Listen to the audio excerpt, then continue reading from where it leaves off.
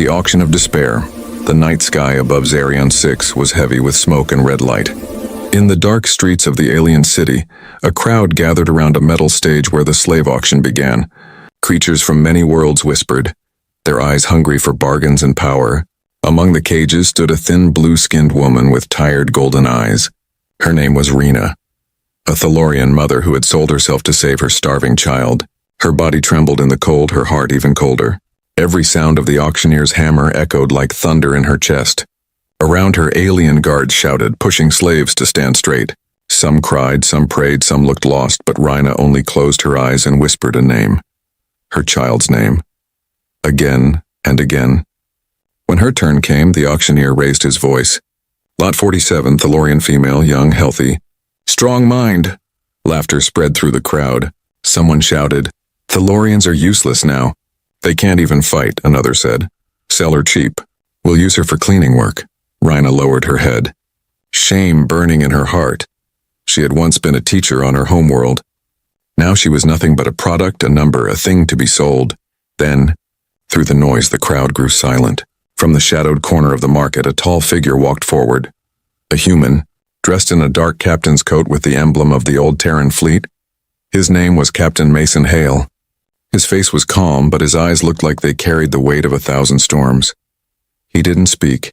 He just looked at Rena, and something in his stare made the auctioneer nervous. Human buyer? Someone whispered, What would a human want with a Thalorian? The auctioneer cleared his throat. Starting price? 300 credits. Mason's voice broke the silence, deep and steady. 5,000, the crowd gasped. Even Rina opened her eyes in shock. No one paid that much for a single slave. The auctioneer blinked, unsure, then slammed the hammer down. Sold. To Captain Mason Hale, the crowd murmured as he walked forward and unlocked the cage himself. Rina stepped back, confused, afraid. He didn't touch her roughly, he just said, Come. You're free now. But she didn't believe him. Freedom was a lie spoken by rich men. Still, she followed, her chains clinking softly with every step outside. The wind of Zarion 6 howled through the steel alleys. Mason led her to a small shuttle with the name Solara Dawn painted on its side. Once inside, the ship rose quietly, leaving the noise and fire of the city behind. Rina sat in silence, her hands shaking. Mason placed a small food pack before her. Eat, he said simply. She hesitated, watching him with fear. Why did you buy me? She asked, her voice barely a whisper. He looked at her for a long moment, then replied, Because I couldn't leave you there, that night. As the ship drifted through the dark of space, Rina stared at the stars outside. She thought of her child, alone on a dying planet. Tears fell slowly down her cheeks, and she whispered, Please, stay alive. From the front seat, Mason said nothing, but his hands clenched around the controls. In his eyes burned a silent anger. Not at her, but at the galaxy that forced her to this fate. Somewhere deep in the ship, a small red light blinked. A hidden message flashed on a dark screen. Captain Hale. Report immediately. Experiment status required. Mason switched it off. His jaw tight, he glanced at Rina again and whispered to himself, I've already made my choice. And in that cold silence between stars, two broken souls began a journey that would change the fate of many worlds. The man with a broken passed the ship, Solara Dawn, drifted through the cold silence of space. Stars moved slowly across the window. Their light soft and distant. Rina sat near the back of the ship, holding a small blanket Mason had given her. She didn't trust him yet, but something about the human captain felt different. Mason Hale sat in the cockpit, his hands resting on the controls though the ship was on autopilot. He watched the stars, his face calm but tired. He had flown across half the galaxy, seen too many wars, too many broken worlds. Yet somehow this quiet alien woman sitting behind him had shaken something deep inside him. Rina spoke softly. You didn't have to buy me. Mason didn't look back. I know, he said. But I had to. She frowned, confused. Why? He was silent for a long moment, then answered, Because I've seen enough people sold for survival. His voice carried a weight she couldn't understand yet. The ship's hum filled the air like a low heartbeat. Rina tried to stand, but the gravity was weak and she stumbled. Mason turned quickly and caught her before she fell. For a brief moment, their eyes met. Her golden eyes full of fear and sadness, his gray eyes full of regret. He helped her back to the seat and said quietly, You're safe here. but safety was something she had forgotten long ago. Later, when she slept, Mason stood by the window, staring into the stars. In the reflection, he saw his own scarred face and the old symbol of the Terran fleet on his jacket. Once he had been a decorated officer, a hero of the Velkar War, but that was before he lost everything. His crew, his ship, and the woman he loved. He whispered her name under his breath. Lyra. The memory hit him like fire. He remembered her last words. Save who you can, Mason, even if it kills you. And maybe that's why he couldn't walk away from Rhina. Suddenly a light blinked on the console, a coded message arriving through encrypted human channels. He hesitated before opening it. A cold voice echoed through the speakers. Captain Hale, your report is overdue. The experiment must continue. His eyes hardened. He deleted the message without replying. Whatever mission he was part of, it no longer mattered. He had made his own path now. Hours later, Rena woke up and walked quietly toward the control room. She stopped when she saw Mason standing by a holographic map of space. Red lines marking forbidden zones. She noticed one small point glowing brighter, the planet Thalos, her homeworld. She gasped softly. That's where my child is. Mason turned slowly, surprised. Your child? He asked. She nodded, tears forming in her eyes. I sold myself so my child could live another day. Her voice broke. He's alone there now. Mason said nothing at first, just looked at her with a strange expression. Then he quietly changed the course of the ship. Hold on, he said. We're going to Thalos. Rena stared at him, not believing her ears. Why would you do that? Because I can't watch another innocent die, he replied. His words were simple, but they carried a strength that made her heart tremble.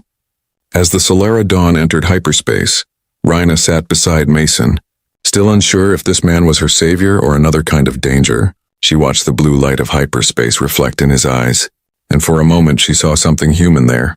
Pain, but also hope. And deep inside she felt something she hadn't felt in years. Trust. But somewhere in the far reaches of space, another ship activated its tracker. The human authorities had found Mason's signal. A voice from their command said, Target located, bring him in alive. He's gone rogue. Back on the Solara Dawn, Mason didn't know they were being hunted. He only knew one thing. He wouldn't let the galaxy take another innocent life. Not while he still had a ship to fly. Not while he still had a chance to make things right. And as the stars stretched before them, a new journey began, one of danger, redemption, and the strange power of kindness between two broken souls. The hidden child, the Solara Dawn, drifted through the quiet of space, glowing softly in the light of nearby stars. Inside the ship, Rhina watched from the window, her heart heavy but her hope alive again. For the first time in months, she believed she might see her child again. Captain Mason Hale sat at the controls, focused, silent, and deep in thought. The ship's engines whispered, cutting through the dark like a promise. Rhina often wondered what drove this human to help her. He asked for nothing, wanted no reward, and showed no cruelty. Yet there was something in his eyes, a sadness that never faded sometimes. She would catch him staring into the stars as if searching for someone long gone. She wanted to ask, but something about his silence made her respect it. That day she woke early, the stars of Thalos growing brighter ahead. Mason was in the cargo bay, checking metal containers and strange devices. She walked closer and saw one box glowing with faint blue light. Inside it something shimmered, like liquid energy moving in slow waves. What is that? She asked quietly. Mason looked up, a flicker of surprise in his eyes. It's classified, he said, then sighed. But you deserve to know. He opened the box slightly, and a soft pulse of light filled the room. It's called a Genesis core, he said, an artifact we found buried under the ruins of an alien temple. Rhina's eyes widened. What does it do? It can heal, Mason said, or destroy, depending on how it's used. Rhina stepped back, uneasy. Why are you carrying something so dangerous? He looked at her with tired eyes. Because the people who sent me here want to use it as a weapon. And you? She asked. I want to use it to save lives, he replied simply. Rhina stared at him, unable to understand how one human could carry so much burden alone. Later, while Mason slept in the cockpit, Rhina crept toward the communication console. Her hands shook as she tried to connect to the refugee camp on Thalos. Static filled the air, Then a faint voice crackled through. Rhina? Is that you? Her heart leapt. It was her friend Mira. Mira. My child, is he? Mira's voice broke. He's alive, Rhina, but he's weak. The camps are running out of food. You must hurry. Before Rhina could answer, a loud alarm blared. Mason was standing behind her, eyes cold and sharp.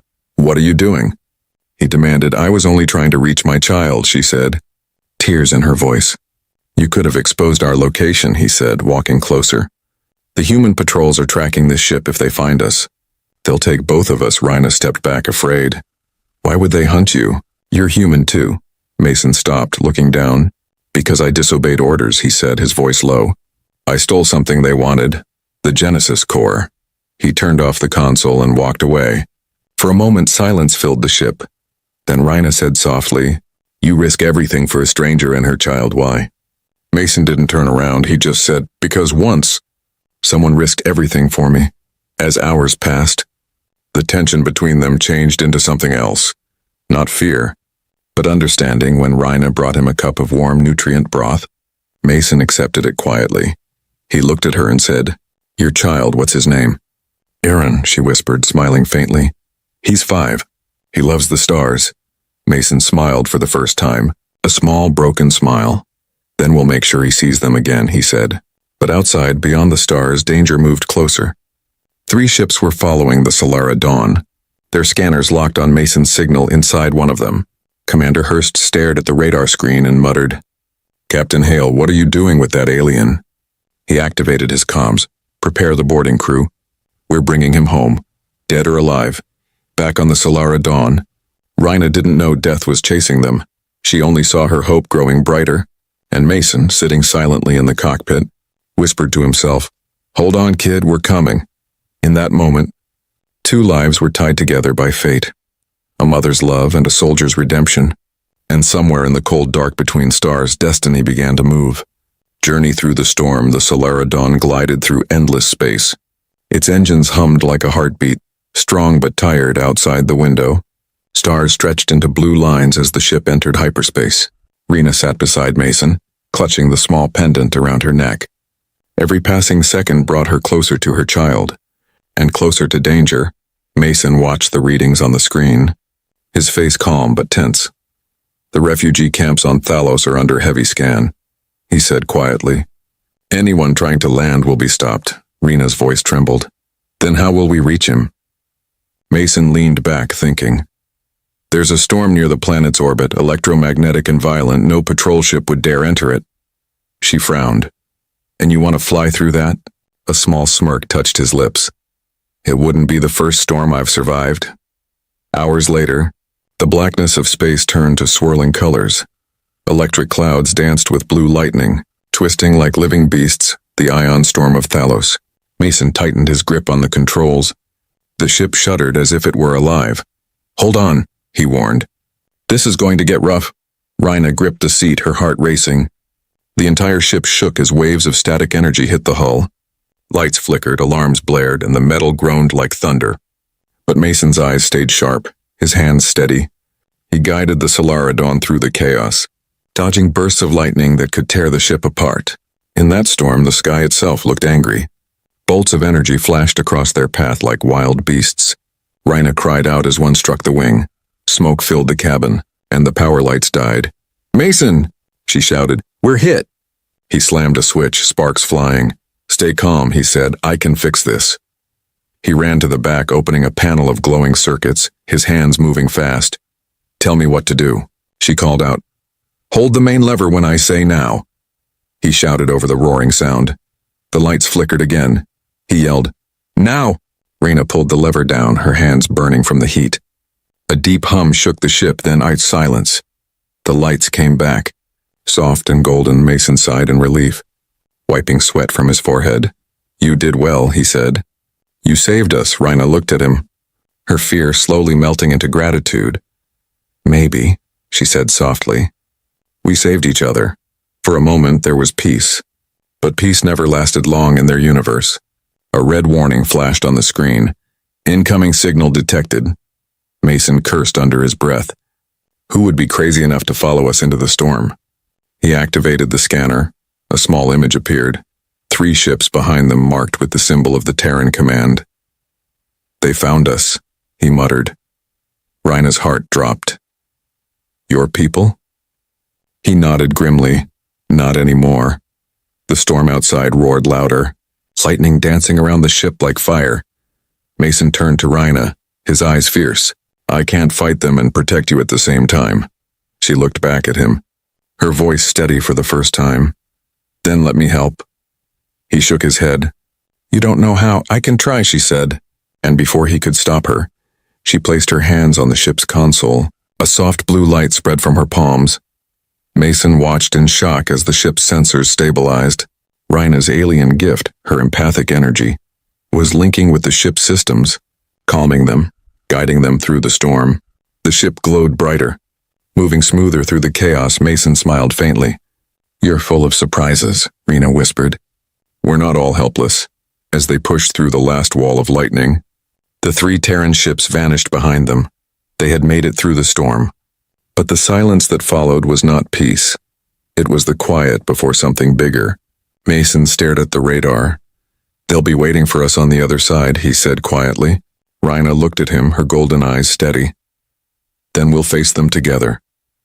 The Solara Dawn drifted out of the storm, its hull scarred but glowing, 2 souls once broken by loss, now bound by courage. Ahead of them, the blue light of Thalos shone, the world where hope and heartbreak waited. And deep in the darkness, Commander Hurst watched their ship on his screen and smiled coldly. "You can run, Hale," he whispered, "but you can't hide from your own kind, the child and the truth." The blue world of Thalos filled the view like a wounded jewel.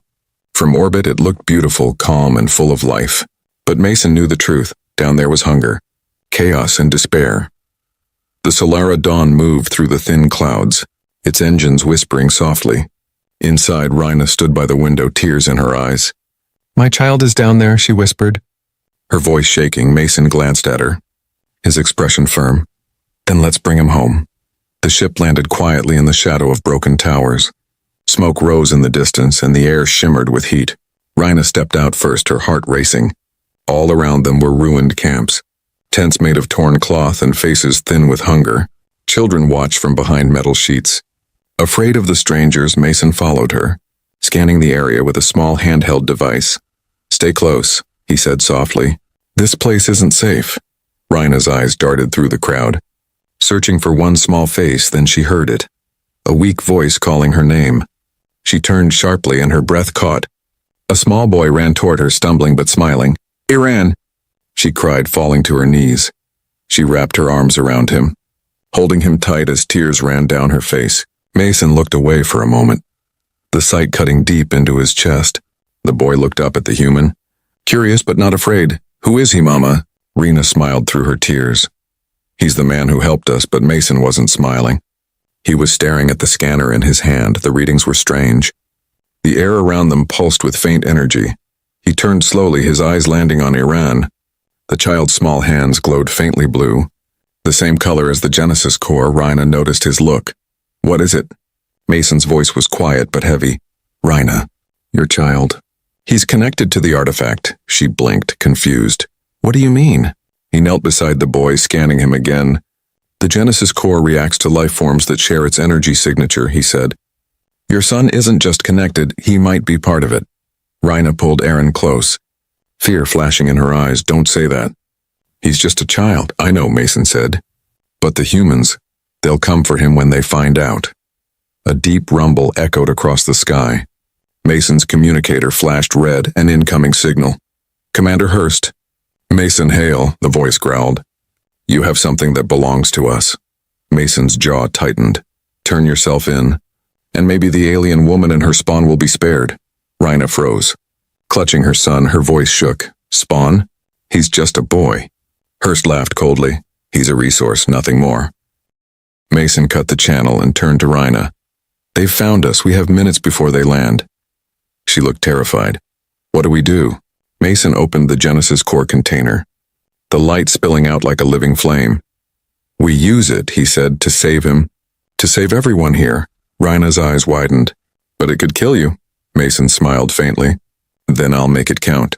He placed the glowing core near the ground, its energy spreading like waves through the camp. The dying plants around them came back to life. The air filled with warmth. Children looked up in wonder as the storm clouds parted above. Rena watched in awe as her son's glow brightened, merging with the core's light. The Genesis core pulsed once, then fused into the boy's chest. The light faded, leaving Iran breathing softly, alive and stronger than before. Mason fell to one knee, his vision blurring. Rina rushed to him. "Mason! What's happening?" He smiled weakly. The core was never a weapon. It was life itself. She held his hand tightly. "Don't you dare leave us now." He looked at her one last time, whispering, "Protect him. He's the future." In the distance, ships descended through the clouds, Terran soldiers surrounding the camp. Rina stood between them and her child, her eyes glowing with new strength. And as the light of the core faded from the sky, Mason Hale's last words echoed in the air like a promise. Humans don't destroy hope. They carry it, the price of love. The sky above Thalos burned red. Flames rose across the refugee camp as Terran ships descended through thick clouds. The ground trembled, the air crackled with heat and fear. Rina held her son close, hiding behind the remains of a broken shelter. Mason Hale stood beside her. His eyes cold and focused. He had faced death before, but never like this time. He was protecting something worth dying for. The roar of engines grew louder. Metallic boots hit the ground as Terran soldiers surrounded the camp. Their armor gleamed silver under the dying sun. At their center walked Commander Hurst, tall, broad, and merciless. He carried the authority of the Terran command like a weapon. "Mason Hale," his voice thundered. "You've broken every law that keeps this galaxy in balance." Mason stepped out from cover, unarmed, his coat flapping in the hot wind. "You call it balance," he said calmly. "I call it slavery." Hurst smirked. "You stole the Genesis core, you sided with aliens, and now you protect one of their spawn." Rina flinched, her eyes burning with anger. Mason's voice rose, steady and defiant. "That child carries life, not war. He's proof we can be better." Hurst raised his weapon. "You always were a dreamer, Hale." The Terran soldiers aimed their rifles. Ready to fire, Mason looked back at Rina and whispered, "When I say run, take him and don't look back." The first shot cracked through the air. Mason dove aside, pulling out a small energy pistol from his belt. Blue flashes filled the dust as beams tore through the camp. He returned fire, precise and sharp. Every move was a memory of his old training. Every breath a fight against fate. Rina shielded Iran with her body, whispering prayers in her native tongue. The ground shook again, a large blast throwing debris across the field. Rina cried out as a wall of fire rose between them and Mason. Through the smoke, she saw him standing, half his armor burned, his left arm bleeding. "Mason!" she screamed. He turned, coughing, his eyes glowing with determination. "Go!" he shouted. "Get him to the ship." She hesitated, tears streaming down her face. "I won't leave you." He smiled faintly. "You already saved me." He turned back toward Hurst. The commander marched forward, rage in his eyes. "You think one man can change the way things are?" Mason wiped blood from his face, his voice calm. "One man can start it." He pressed a control on his wrist, activating the ship's remote systems above them. The Solara Dawn roared to life. Its defense cannons locked onto the Terran squad. Hurst shouted, "Take him down!" But Mason raised his pistol, eyes blazing. "For the child," he said, and fired. A bright explosion ripped through the air, the blast wave pushing Rina and her son back. Smoke covered everything. When it cleared, the camp was in ruins. The soldiers scattered, and Mason lay on the ground. Barely breathing, Rina ran to him. Falling to her knees, he looked up weakly, his eyes dimming. "You have to go," he whispered. She shook her head. "No, we leave together." He reached out, touching her hand, his voice fading. "The core. It changed him. Your son will heal this world," Rina sobbed. "Please don't talk like that." He smiled faintly. "Love was the only order worth breaking." His hand fell still, his eyes slowly closing. The man who had once been a soldier, a weapon, died as something greater, a protector, a friend, a human. Rina's scream echoed across the silent plain. The Solara Dawn lowered beside her, its hatch open like an invitation. She lifted her son, tears burning her cheeks. Aaron looked back one last time at Mason's body and whispered softly, "Thank you." As the ship rose into the sky, the battlefield shrank below them. Fire and ash turned to clouds, and the world of Thalos glowed faintly blue again. The core's light pulsed gently in the boy's chest. Rhina held him close, whispering, "He gave everything so you could live." And far behind them, the storm of war faded. In its place, a seed of peace began to grow. The dawn of hope years passed since the flames of Thalos burned out.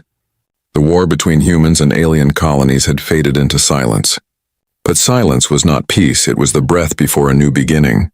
Far beyond the broken worlds, the Solara dawn drifted through the stars. Its once scarred hull now gleamed with soft blue light. Inside the ship, a young boy stood by the window, staring at the endless stars. He was older now, his eyes bright and calm, his heart glowing faintly with the energy of the Genesis core.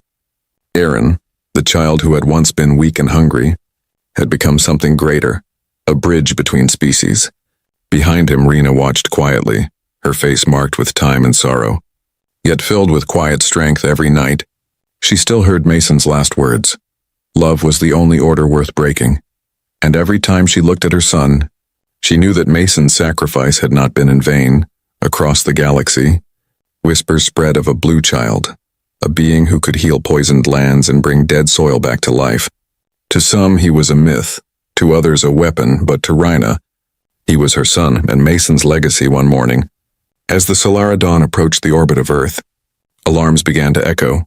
Rhina looked up sharply. "Aaron, what is it?" He frowned, his hand glowing faintly, feeling something deep beyond the stars. "They're calling us," he said softly. "Humans, they're in trouble?" Rhina's eyes widened. "The Terran command?" He nodded. "Their colonies are dying. The same sickness that destroyed Thalos."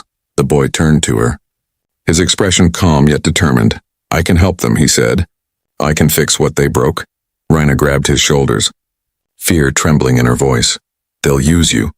"Just like before?" Aaron smiled faintly. The same small smile Mason once had. "Maybe," he said. "But someone has to try." The ship descended toward the Earth, a world once full of power, now scarred and cold. Massive cities stood half abandoned, their skies gray, their oceans sick with pollution. But when the blue child stepped out, people stopped. Thousands gathered in the streets, watching as light poured from his hands where the light touched. Trees grew again, rivers cleared, and air became clean. The world began to breathe once more. Reporters broadcast the miracle across every channel. Alien ambassadors watched in silence, and for the first time in history, humans and aliens stood side by side, not as enemies, but as witnesses of hope. From the highest tower in New Geneva, a council of Terran leaders gathered. Among them, a young officer held a worn data chip, Mason Hale's last message. They played it for the galaxy to hear. His voice echoed like a ghost carried by the stars. "If you're hearing this, it means the fight is over. We were wrong to think strength came from fear. It always came from compassion, from love, from the choice to protect, not to dominate. The future isn't written in blood, it's written in kindness. Humanity will rise again, not as conquerors, but as guardians." As the message ended, silence filled the hall. Some wept, others bowed their heads. Even the aliens who once feared humans felt something new. Respect. Back on the surface, Rhina stood beside her son as sunlight broke through the clouds. The world around them shimmered with new life. Aaron turned to her and asked, "Do you think Mason can see us?" She smiled softly. "He doesn't need to. His heart is here," she said, placing her hand over his chest. "Every time you heal something, every time you show mercy, he lives again." Aaron looked at the horizon where light touched the ruins of cities. "Then we'll keep going," he said, his voice strong. "We'll rebuild, humans and aliens together." The Solara dawn rose once more into the dawn sky, its trail glowing blue like a promise written across the heavens. And in that moment, the galaxy remembered the man who changed everything. Not a soldier, not a savior, but a human who chose love over war. And from his choice, a new age began.